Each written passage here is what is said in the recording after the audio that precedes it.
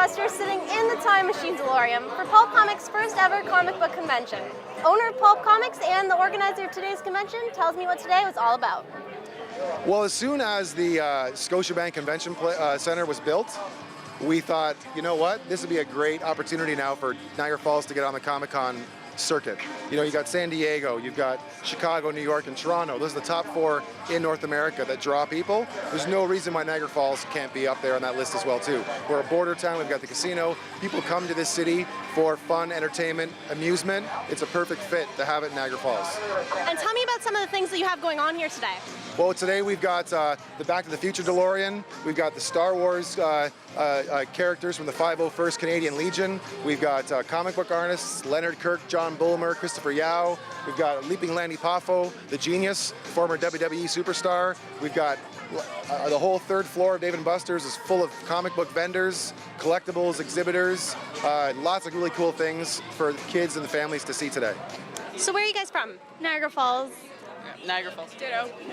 And what brought you down here today? Exciting hearing a new Comic Con this year, so yeah.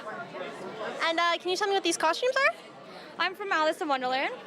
I'm Zombie Ed of Shaun of the Dead. I'm Zoe from Mew Mew Maid. And is there anything here at Comic Con that you came especially for? Seeing people dressed up in comics. About the same thing, yeah. To cosplay. And I take it you guys are big comic book buffs? I like comic books, unfortunately, as often as I can. I try to get them, but it's not always financially possible. Yeah, I'm a big comic book nut. I've been reading them since the 70s, so, you know, it's just another thing in the falls for once you don't have to travel to Toronto to see.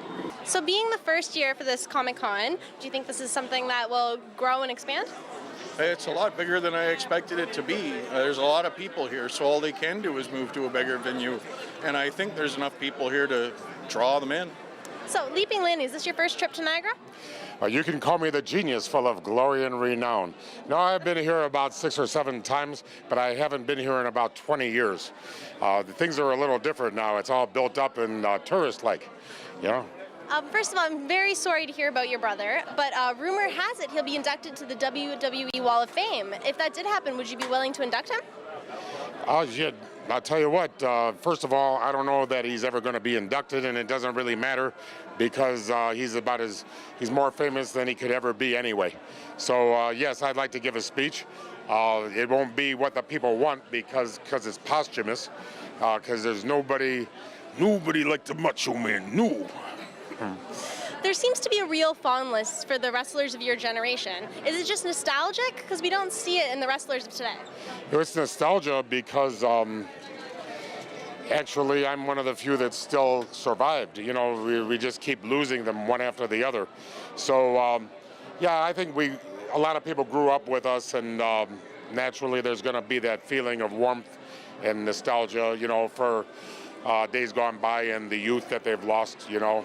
They remember that nothing like the formative years when you misspent youth of watching wrestling. And do you still follow the product? Is there anyone today that catches your eye? I don't watch wrestling, I watch baseball. You know, I'm a baseball fan. So, and I don't watch a lot of television because I'm 56 years old, and my brother has reminded me how tenuous life is and how finite. So I'm going to try to just live each moment in carpe diem. And not only is it free admission, but it's also helping out a local charity. How did that get started? Yeah, well, anytime I ever do an event, I always try to incorporate a charity, and Project Share is something that's really important to me and in the community. So what we're asking people, it's a free admission, but if they bring a non-perishable food item to the Comic Con, they get a $5 power card on behalf of Dave & Buster's. I can't thank them enough. So we've done really well with collecting food donations for Project Share. And you hope to make this an annual event? Yes, I mean, with the help of Dave & Buster's and my colleague that helped plan this with me, Chris Dabrowski, we want to make this an annual event. We're already in the works for planning next year's event. We'll be announcing the date shortly, but we're definitely doing this again in 2012. So if all goes according to plan, we'll see you next year at the Convention Centre. Live long and prosper. Reporting for the source, I'm Elizabeth Hall.